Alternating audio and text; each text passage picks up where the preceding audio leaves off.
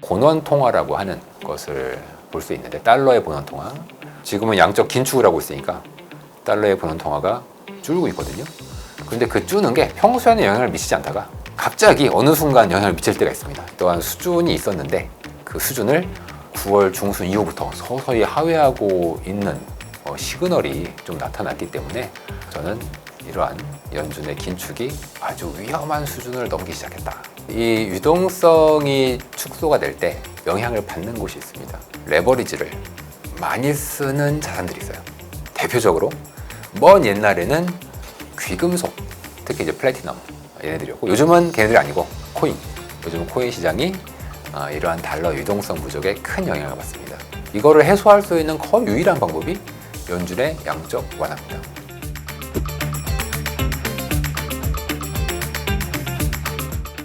저는 DB증권에서 외환 그리고 채권 금리 분석을 담당하고 있는 문홍철 자산전략 팀장입니다. 주식만 하시는 분들은 외환이나 채권 분석이 좀 생소하실 수도 있겠는데요.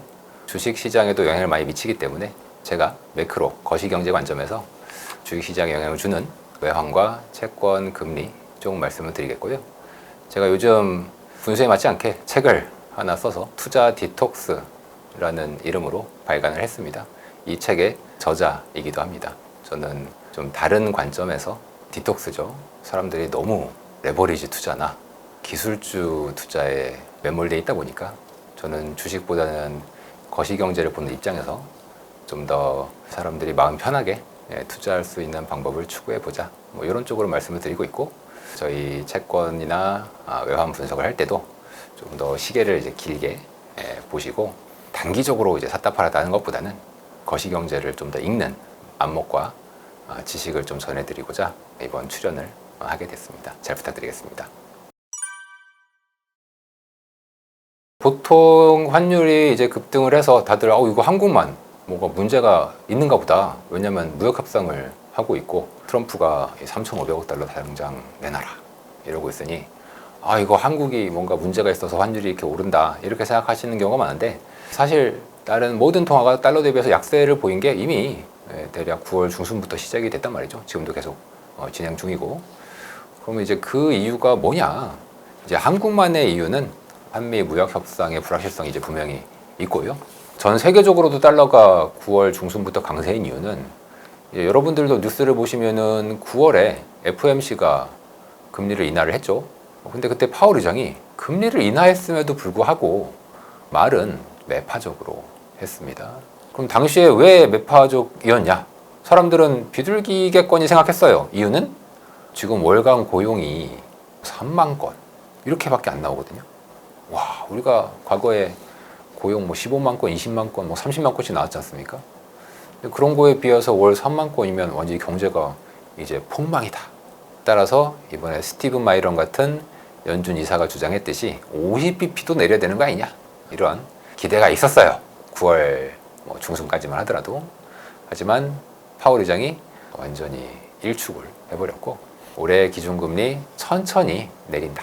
즉 시장이 굉장히 환호 혹은 예상했던 것처럼 대폭 내리지는 않는다. 그러다 보니까 이제 사람들은 약달러 트레이딩을 9월 중순까지 왕창 하다가 이거 아닌가 보다.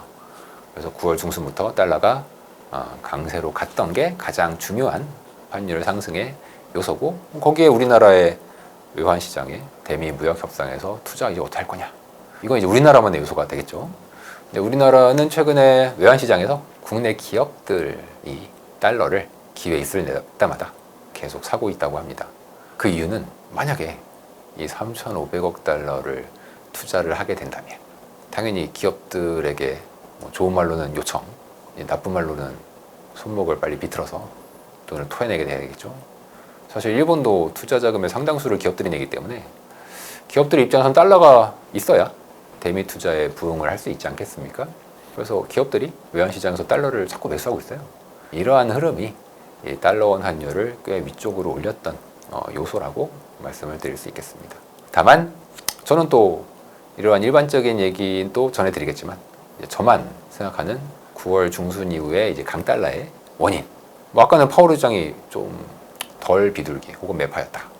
근데 지금 또 제가 말씀드릴 건, 우리가 그 본원 통화라고 하는 것을 볼 수 있는데, 달러의 본원 통화, 우리가 양적 완화라는 것을 한다면 옛날에 달러의 본원 통화가 늘어나고, 지금은 양적 긴축을 하고 있으니까 달러의 본원 통화가 줄고 있거든요. 그런데 그 주는 게 평소에는 영향을 미치지 않다가 갑자기 어느 순간 영향을 미칠 때가 있습니다. 예를 들면 우리도 몸에 비타민이 뭐 많아봐야 그냥 배출되죠. 그런데 비타민이 특정 수준 밑으로 떨어지면 사람이 죽을 수도 있죠. 마찬가지로 달러의 본원 통화도 또한 수준이 있었는데 그 수준을 9월 중순 이후부터 서서히 하회하고 있는 시그널이 좀 나타났기 때문에 달러가 부족하다? 부족한 건 비싸지죠. 따라서 9월 중순부터 달러 강세가 나타났던 이유도 저는 이러한 연준의 긴축이 아주 위험한 수준을 넘기기 시작했다, 이렇게 보고 있습니다. 이 유동성이 축소가 될 때 영향을 받는 곳이 있습니다. 우리가 가령 큰 호수를 한번 생각해 볼게요. 호수에 물고기가 살겠죠? 그리고 물이 찰랑찰랑 있어요. 그런데 이 물이 유동성인데, 유동성이 줄어든다고 가정해 보겠습니다. 그러면 이 가운데 호수는 아무 영향 안 받죠. 자기는 늘 유동성이 줄든 말든 물이 풍부해요. 그럼 어디가 영향을 받냐? 가장 이 호수의 가장자리라고 할 수 있는 부분이 영향을 받게 돼 있는 겁니다. 이쪽은 물이 줄어들게 되면 강바닥이 드러나면서 땅이 말라가겠죠. 그러면은 금융시장에서 달러 유동성이 호수물이 줄어들듯이 영향을 받는 곳이 어디가 될까 하면, 신흥국 통화 중에서는 변동성이 가장 큰 통화들, 좀 취약한 통화들 있죠. 대표적으로 좀 아르헨티나 같은 나라들이 문제가 되고 있는데, 이런 나라가 될 수 있고, 사실 가장 영향에 많이 노출되는 자산이 있는데 레버리지를 많이 쓰는 자산들이 있어요. 대표적으로 먼 옛날에는 귀금속, 특히 이제 플래티넘, 얘네들이었고, 요즘은 걔네들이 아니고 코인, 요즘은 코인 시장이 이러한 달러 유동성 부족에 큰 영향을 받습니다. 즉 아까 말씀드렸던 호수에서 가장자리에 해당된다는 얘기죠. 그러면은 좀 우리가 생각이 나는 게 2, 3주 전이었죠. 코인 시장에서 트럼프의 말 한마디에 사상 최대 규모의 선물 시장 청산이 있었습니다. 과연 트럼프의 말이 그만큼 큰 재료였냐? 근데 코인 시장에는 그 이상의 많은 나쁜 재료들이 있었음에도 불구하고 왜 그때는 안 터지고 이번에 터졌냐? 바로 그 이유가 저희가 아까 말씀을 드렸듯이 이 달러 유동성 그 절대량이 부족해지다 보니까 강바닥의 가장자리서부터 점차 물이 말라가고 있는 상황이라고 볼 수 있겠고요. 또 영향을 많이 받는 곳이 어디냐? 요즘 미국의 이 지역 은행들이 부실 대출이 생겼대더라. 그래서 뭐 JP모건 회장도 나와서 우려를 표명을 했고요. 이쪽 이제 문제들이 터졌는데, 저는 그 문제의 핵심은 부실 대출이라고 보진 않습니다. 부실 대출이 문제가 없다는 얘기는 아니에요. 있는데 이번 사태의 핵심은 부실 대출은 부실 대출이고, 만약에 뱅크런이 부실 대출 때문에 나게 된다면 뱅크런에 대응해서 돈을 내줘야 되거든요. 이때 대응을 못해서 망했던 은행이 2023년에 망했던 SVB 사태였었지 않습니까? 그래서 사람들 입장에서 이미 2년 전에 안 좋은 트라우마가 있기 때문에 와, 이거 지역 은행들이 뱅크런이 나면 위험하겠는데? 그 뱅크런이 날 때 은행이 돈을 줄 수 있는 그 재원, 이것을 달러 본원 통화에서 내줍니다.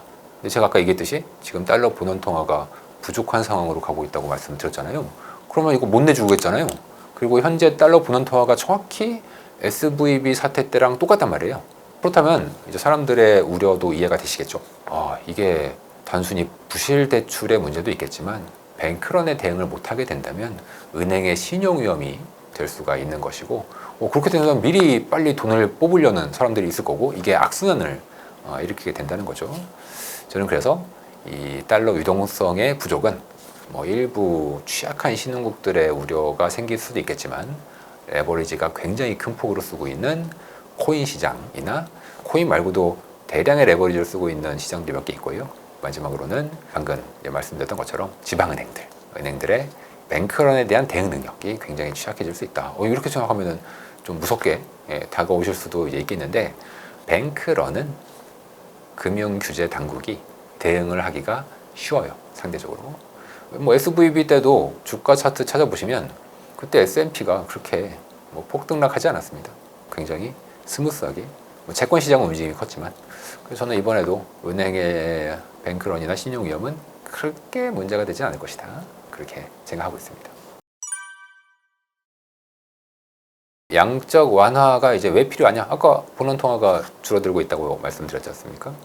이게 특정한 레벨을 이제 하회하게 되면 문제가 어디선가 생기게 되는 건데, 이거를 해소할 수 있는 거의 유일한 방법이 연준의 양적 완화입니다. 현재로서는 그거밖에 없어요.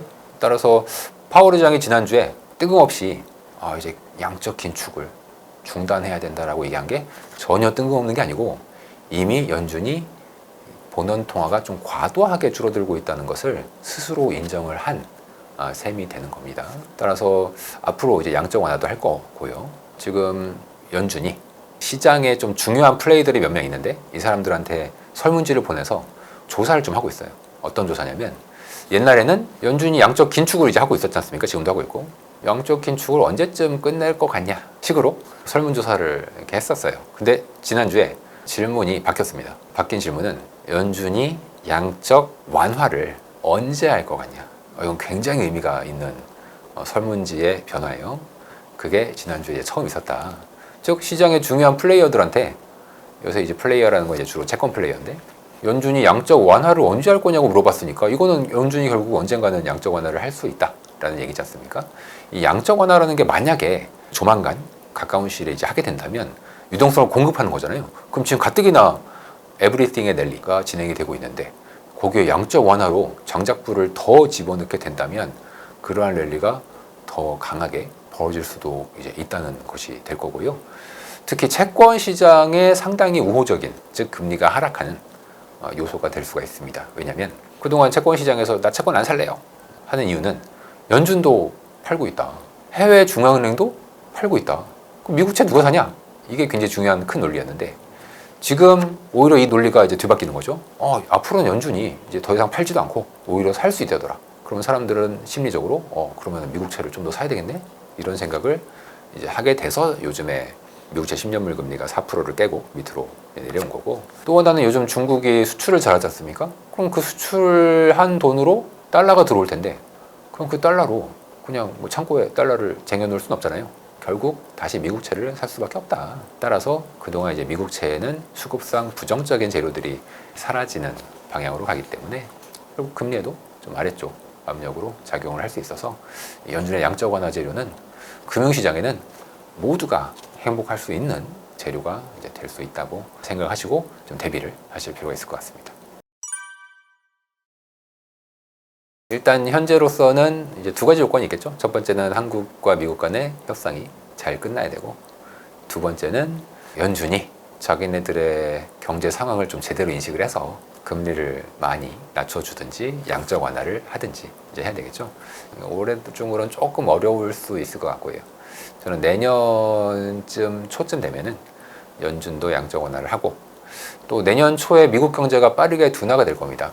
미국 경제가 그럼 왜 하필 내년 초부터 둔화가 되냐? 그 이유는 여러분들 혹시 2018년에 미중 간의 무역 분쟁이 아주 거칠게 진행된 게 아마 기억이 나실지 모르겠어요. 근데 2018년에 미국과 중국 간에 그렇게 관세 때문에 싸웠는데 정작 미국 경제는 2018년에 매우 좋았습니다. 그러다가 갑자기 2019년 새해 벽두부터 미국 경기가 꼬꾸라지기 시작했어요. 아무도 원인을 몰라요. 그런데 저는 알고 있습니다.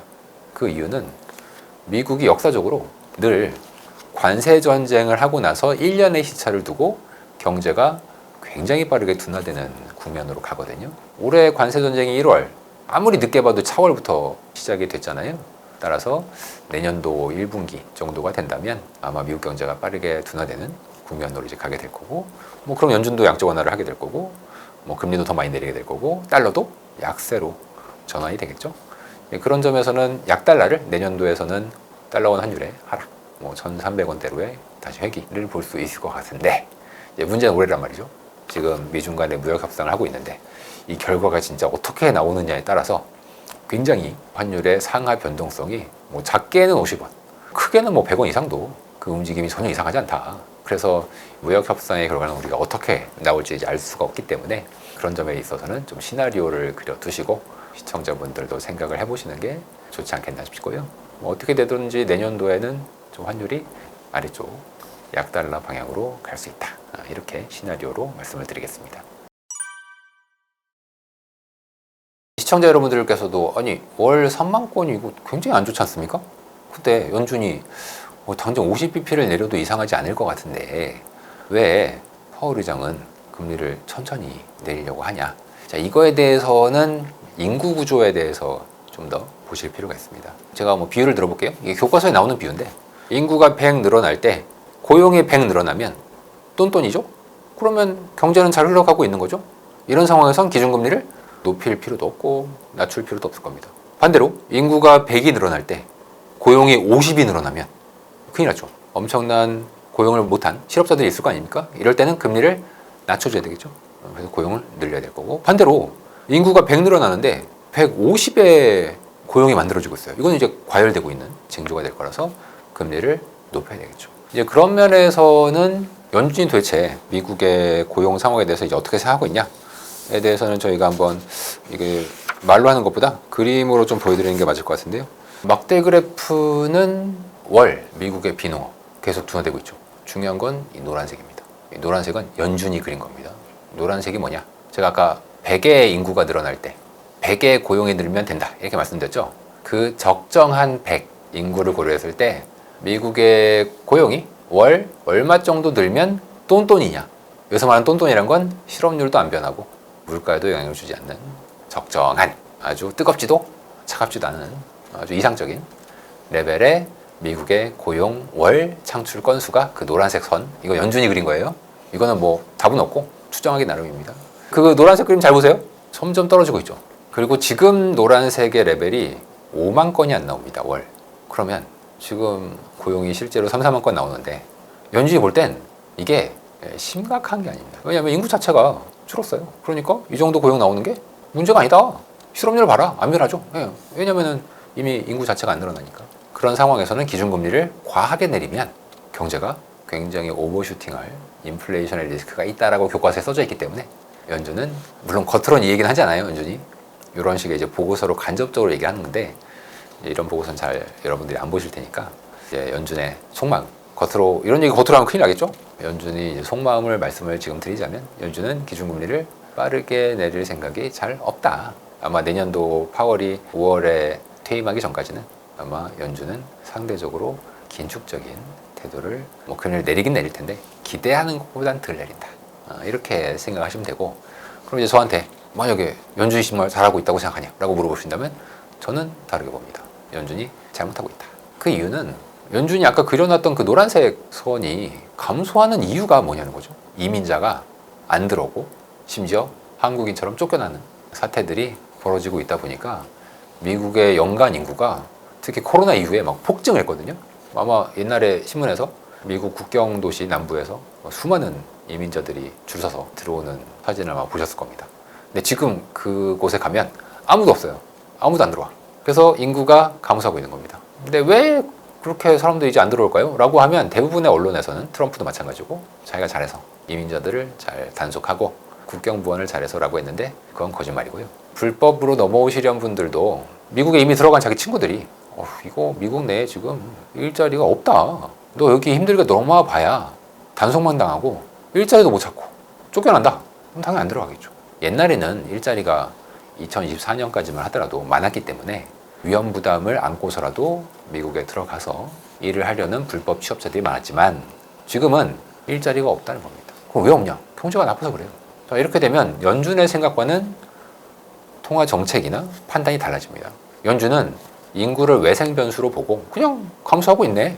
따라서 고용이 줄어도 돼. 따라서 기준금리를 많이 인하해도 돼. 이게 연준의 결론인 거고, 저의 생각은 경제가 나빠진 게 먼저고 그래서 일자리가 줄어서 이민이 줄어드는 것이기 때문에 오히려 금리를 많이 내려야 돼. 이게 저의 생각인 거죠. 물론 정책은 연준이 하겠죠. 자, 그럼 시청자 여러분들도 한번 고민을 해보세요. 이런 상황에서 어떠한 채권 혹은 주식 전략을 해야 될까요? 미국의 경제 체력 대비해서, 만약에 제 말이 맞다면 미국 경제 체력 대비해서 연준은 금리를 높게 유지하는 게 될 겁니다. 원래는 낮춰야 되는데 안 낮추겠죠.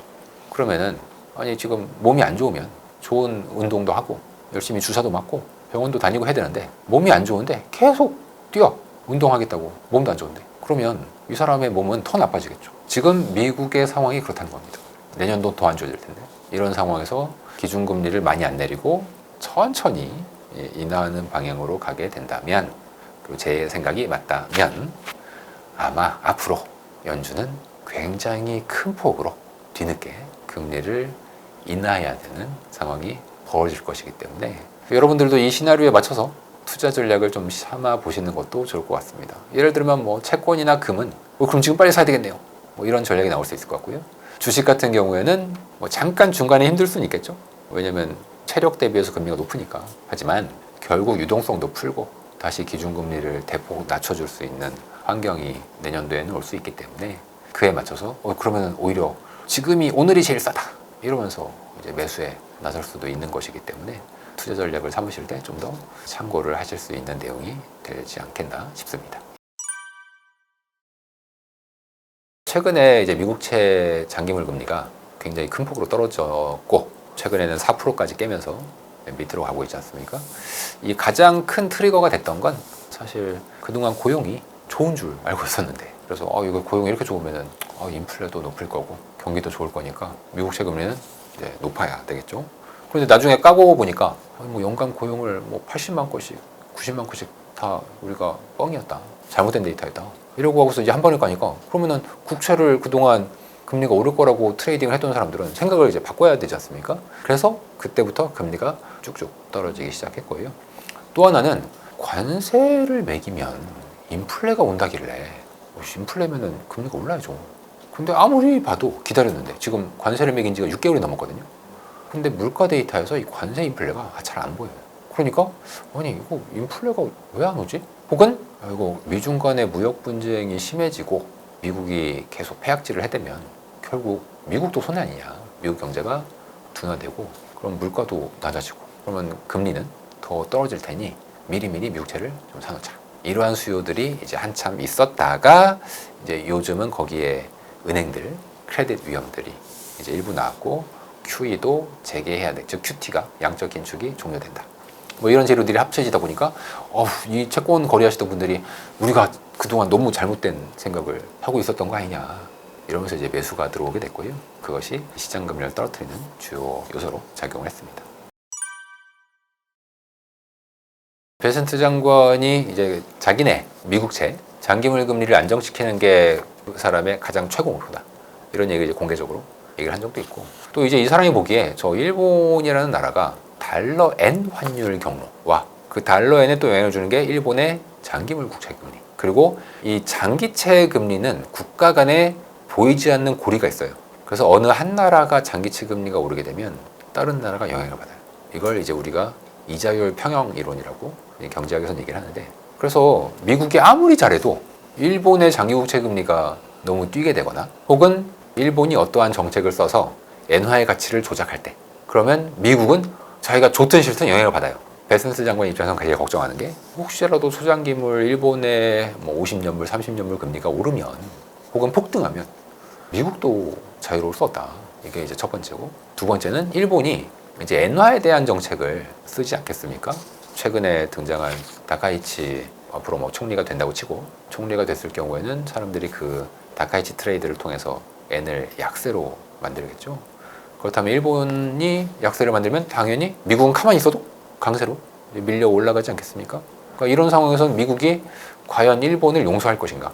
옛날에 이제 아베가 살아있었을 때는 아베가 아베노믹스를 하려고 엔 약세를 유도하기 위해서 당시에 오바마 대통령과 트럼프 1기 때 굉장히 큰 노력을 했었거든요.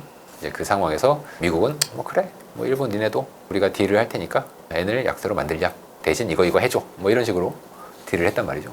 근데 과연 이제 새로운 정부가 딜을 할 거냐, 혹은 미국이 그러한 딜을 받아들일 거냐에 대해서는 또 다른 문제가 되기 때문에 현재 베센트 장관과 일본 장기물 국채 금리 그리고 달러 엔 환율은 이제 한 몸처럼 움직이고 있다는 거고, 아직 일본의 정치 상황이 확정이 된 건 아니거든요.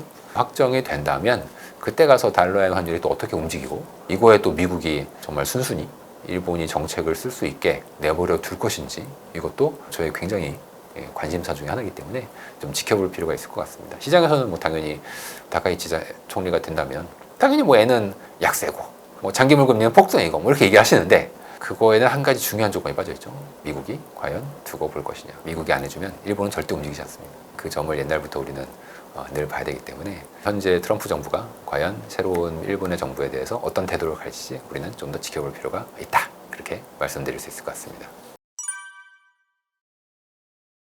우리는 옛날에 특히 이명박 정부 시절 금융위기 겪을 때 한미 통화 수합을 체결하자마자 외환시장이 급속도로 안정됐던 경험을 해봤기 때문에 이 통화 수합에 대한 굉장히 이건 좋은 것이다 라는 강한 인식이 좀 있습니다. 저도 그렇게 생각하고. 그런데 이번에 한미 간의 무역협상에서 무제한 통화 수합을 해달라 이러한 요구가 한국에서 했는데 미국에서 일단 거절했던 걸로 나와 있어요. 아직 협상은 진행 중이고. 한미 통화 수합을 하면 외환시장이 안정될 수 있냐? 저는 그렇게 생각합니다. 그리고 역시 협상의 수단이기 때문에 향후에 좀 더 지켜볼 필요는 있다. 이렇게 좀 열어놓은 결론으로 봐야 될 것 같고요. 저는 좀 개인적인 소설을 좀 쓰고 있는데 그 소설이 이제 어떤 거냐면 예를 들어서 이 3,500억 달러가 진짜다. 내놔야 된다. 그래버리면 현재 우리나라의 경제 규모, 외환인 보유고, 기업들의 외환 보유고를 생각했을 때 쉽지 않습니다. 근데 여기서 한 방에 해결하는 방법이 있어요. 통화 수합을 무제한으로 체결을 한 다음에 이 통화 수합이 이렇게 쉽게 얘기하면 연준으로부터 직접 대출을 받는 겁니다. 달러 대출을. 3,500억 달러를 연준에서 대출을 받아요. 그럼 3,500억 달러가 생기죠? 그걸 다시 재무부에 입금을 합니다. 내 돈 한 푼도 안 들었죠. 재무부는 3,500억 달러가 생겼죠. 대신 한국은 대략 4%의 금리 부담을 하면 되죠. 근데 그 부담도 없어요. 왜냐면 3,500억 달러를 투자해서 수익이 날 거 아니에요. 그럼 그 수익을 바로 그냥 이자 비용으로 퉁치면 한국은 아무런 부담도 없이 협상을 끝낼 수 있습니다. 물론 디테일한 건 조금 더 정리를 해야 되겠지만 저는 이러한 식으로 아마 투자를 하고 퉁치는 방식으로 하는 게 가장 그나마 현실적이고, 이거는 트럼프도 좋아해요. 왜냐면 연준의 양적 완화랑 똑같죠. 연준이 대출하는 거기 때문에 3,500억 달러의 대출, 양적 완화 3,500억 달러, 약달러가 되고요. 달러 원 환율은 이렇게 되면 거의 1,350원까지 떨어질 겁니다. 트럼프도 돈도 받고 광고도 할 수 있고, 특히 트럼프가 가장 좋아하는 게 약달러거든요. 그런 점에서 저는 이러한 방식도 한번 생각해 볼 만하다. 물론 통화 수합의 주요 당사자는 미국 재무부긴 합니다만, 그런 점에서 이 통화 수합도 굉장히 중요한 뉴스로서 우리가 좀 지켜볼 필요는 이제 있고요. 협상이 조만간 나온다고 하는데 그 결과에 따라서 우리가 또 분석이 얼마든지 달라질 수 있어서 좀 더 지켜보시죠.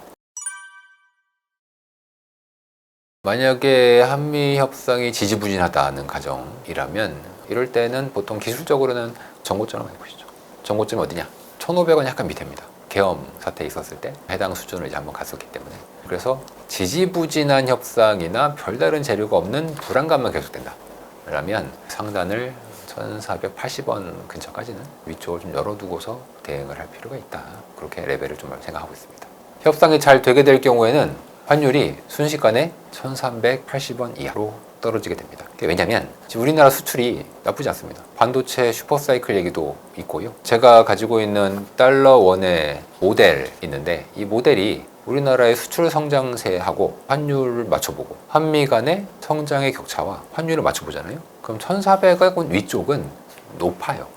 균형 수준 대비해서 높기 때문에 현재의 무역 관련된 협상 불확실성만 해소가 된다면 1,400원대가 아니라 1,400원 이하 정도가 좀 적정한 수준이다.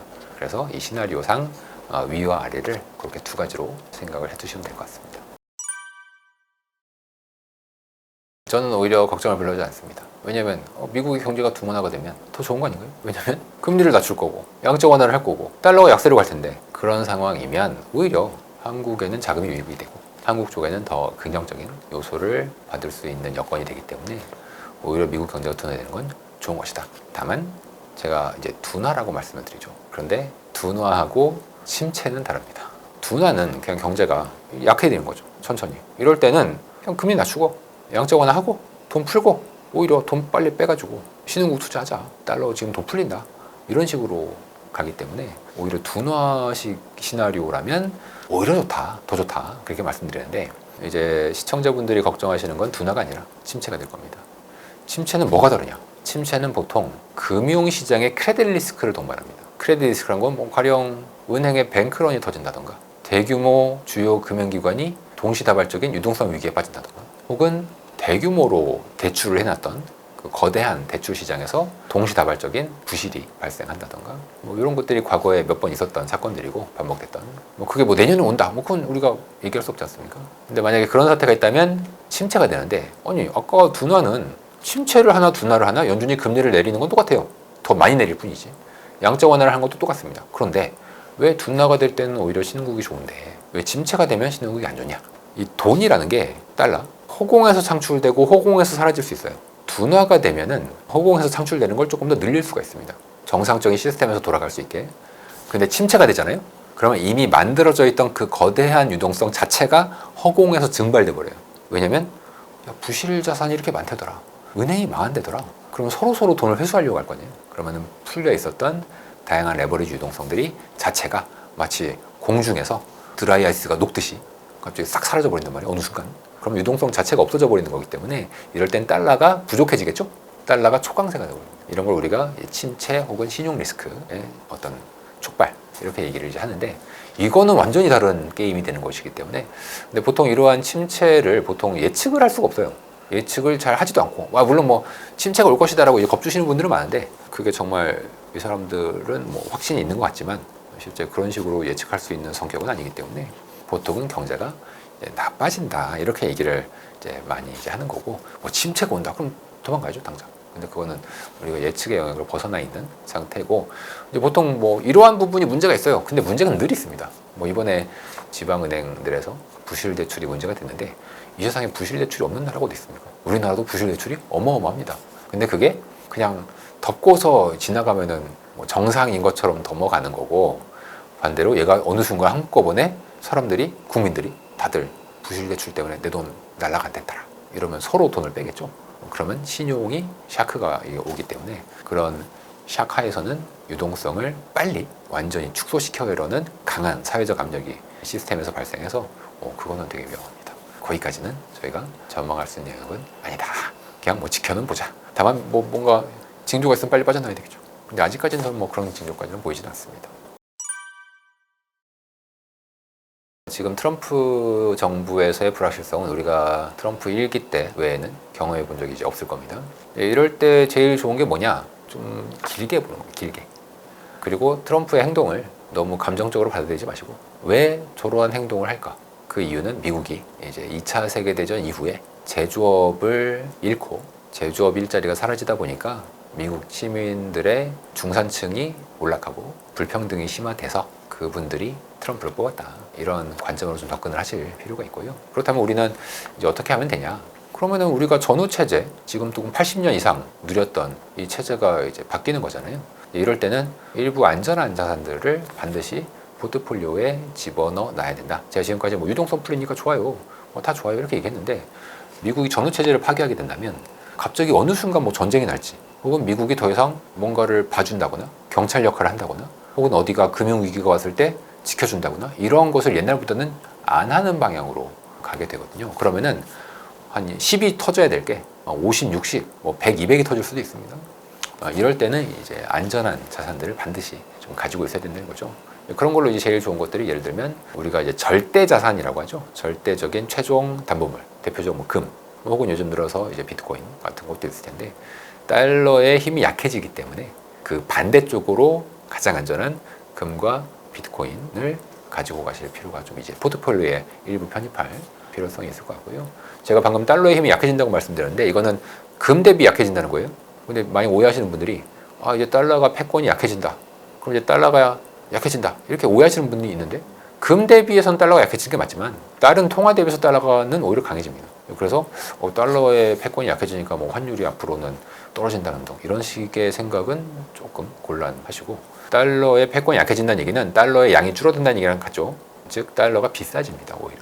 그래서 달러 포지션을 조금 더 많이 가져가실 필요가 있을 것 같고 지금 미국의 장기물 금리는 최근에 금리가 떨어지긴 했지만 여전히 매력적인 수준을 유지를 하고 있다. 어차피 연준이 금리를 많이 내릴 수 있기 때문에 그래서 채권 역시 말씀을 드리고 뭐 주식들이야 뭐 여러분들이 늘 하고 계실 테니까 뭐 제가 딱히 뭐 주식은 얼만큼 해라 이렇게 말씀 안 드려도 이미 가지고 하실 건데 다만 우리가 이제 양수겸장을 하듯이 금이나 미국 채, 달러 자산에 대해서도 노출을 좀 가지고 가실 필요가 있지 않겠나 그렇게 말씀을 좀 드리겠습니다.